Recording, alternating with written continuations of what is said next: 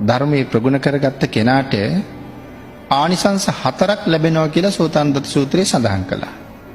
පළවෙනි ආනිසංසය තමයි මේ ජීවිතයේ මගඵල ලබන්නේ මරණයටපත් වෙලා දෙව්ලොව ගිහිල්ලා එහිදී මාර්ගඵල ලබනවා.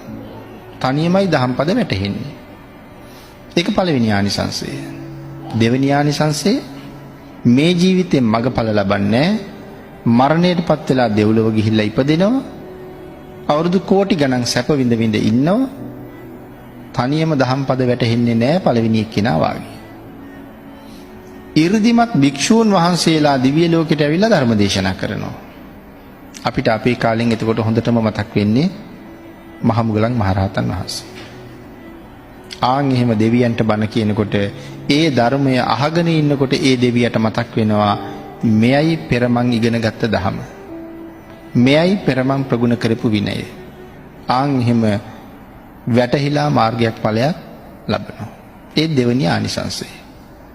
තුන්වෙනි ආනිසංසය මේ ජීවිතේ මාර්ගඵල ලබන්නේ නැතුව මරණයටපත් වෙලා දෙව්ලොව උපදිනවා. තමන්ට තනියම දහම්පද වැටහෙන්නෙත් නැහැ. 이르දිමත් භික්ෂූන් වහන්සේ නමක් වැඩලා දහම් දේශනා කරන්නෙත් නැහැ. හැබැයි සමහර දිව්‍ය පුත්‍රයෝ ඇවිල්ලා අනුකම්පාවෙන් දහම් දේශනා කරනවා. සනන් කුමාර බ්‍රහ්ම රාජයා, පංචාල චණ්ඩ දිව්‍ය පුත්‍රයා, හත්තක බ්‍රහ්ම රාජයා මේ වාගේ අය දෙවියන්ට ධර්ම දේශනා කරනවා. හත්තක බ්‍රහ්ම රාජයාගෙන් ධර්ම ශ්‍රවණය කරන්න වෙනත් සක්වලවල් වල ඉන්න දෙවියෝ බ්‍රහ්මියෝ පවා මේ සක්වලට එනවා කියලා සඳහන් කරලා තියෙනවා. ඒ තරම් හොඳට ධර්මයේ වැටහෙනවා. කවුද මේ හත්තක බ්‍රහ්මයා කියලා කියන්නේ? අපේ බුදුරජාණන් වහන්සේගේ අග්‍ර උපාසකවරු දෙන්නෙක් හිටියා. එක්කෙනෙක් හත්තාලවක, අනිත් එක්කෙනා උග්ග සිටුතුමා.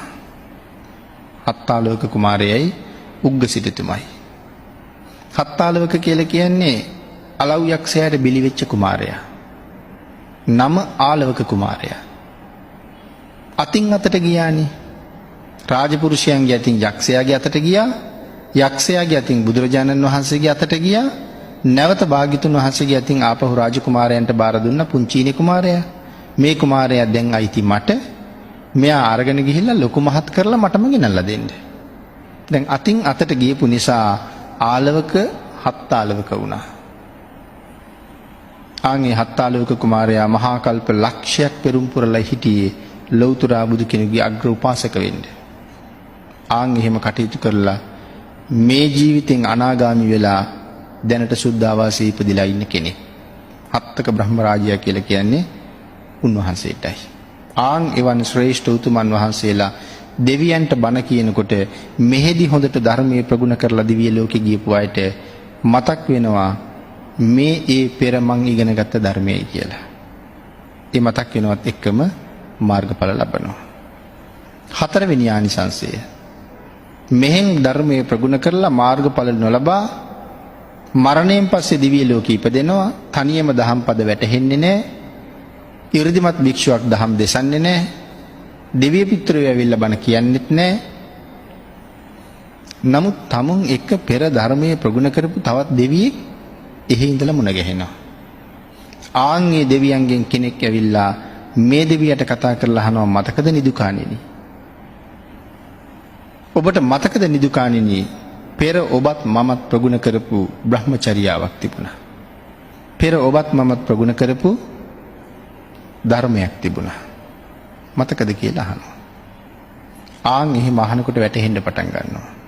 හරියට කොයි වගේද කියලා උදාහරණයක් සඳහන් කරනවා සෝතානුදත්ත සූත්‍රයේට. පුංචි කාලේ එකට හිටපු දෙන්නේ පස්සේ කාලේ වෙන් වෙනවා. පොඩි කාලෙම ආපහු වෙන් වෙලා මව්පියෝ ඈතට ගියපු නිසා මේ දෙන්න දෙපැත්තක හැදෙනවා. ලොකු මහත් වෙලා ආවාහ විවාහ වෙලා ඉගෙන කියාගෙන සෑහෙන වයසට ගිහිල්ලා මේ දෙන්න දවසක් මුණ ගැහෙනවා. මුණ ගැහුණට එකපාරම අඳුරන්නේ නැහැ.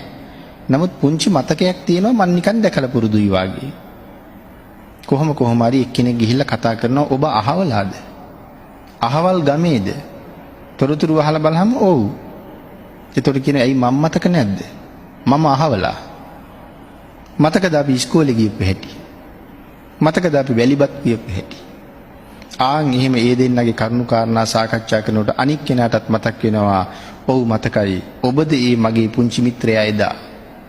ආන් එහෙම ඒ දෙන්න අඳුර ගන්නවා වගේ මතකද නිදුකාණෙනි පෙර ඔබත් මමත් ප්‍රගුණ කරපු දහමක් තිබුණා. ආන් එහෙම කියනකොට මතකයි නිදුකාණෙනි කියලා මාර්ගඵල අවබෝධ වෙනවා ධර්මයේ වැටහිලා.